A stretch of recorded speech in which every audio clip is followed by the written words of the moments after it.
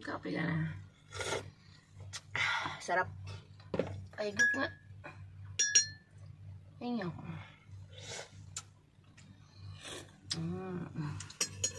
Pa, baka mo nga yung ano ko. Ano mo? Kasi parang masakit eh. Ang alin? Ito, dali. Hawakan mo. Pisilin mo. Dali. Yung dibdib mo? Oo, tinatanong mo pisilin mo. Sus! Hawakan mo! Bilis na lang. Gusto na niyang hawakan? Ay, oo. Dali na. Hawakan mo. Ayan. Ay. Dito banda. Yan. Yan. Hawakan mo.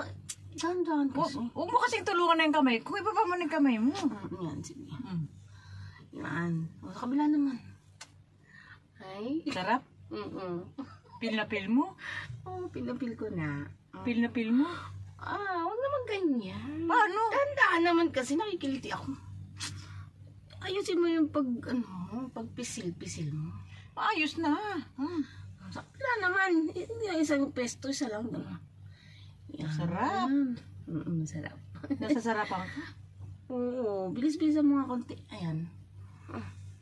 Dali, dito. Yan. Masarap talaga. Anong pil mo kapag pinipisil? Hinahawakan. Masarap syempre.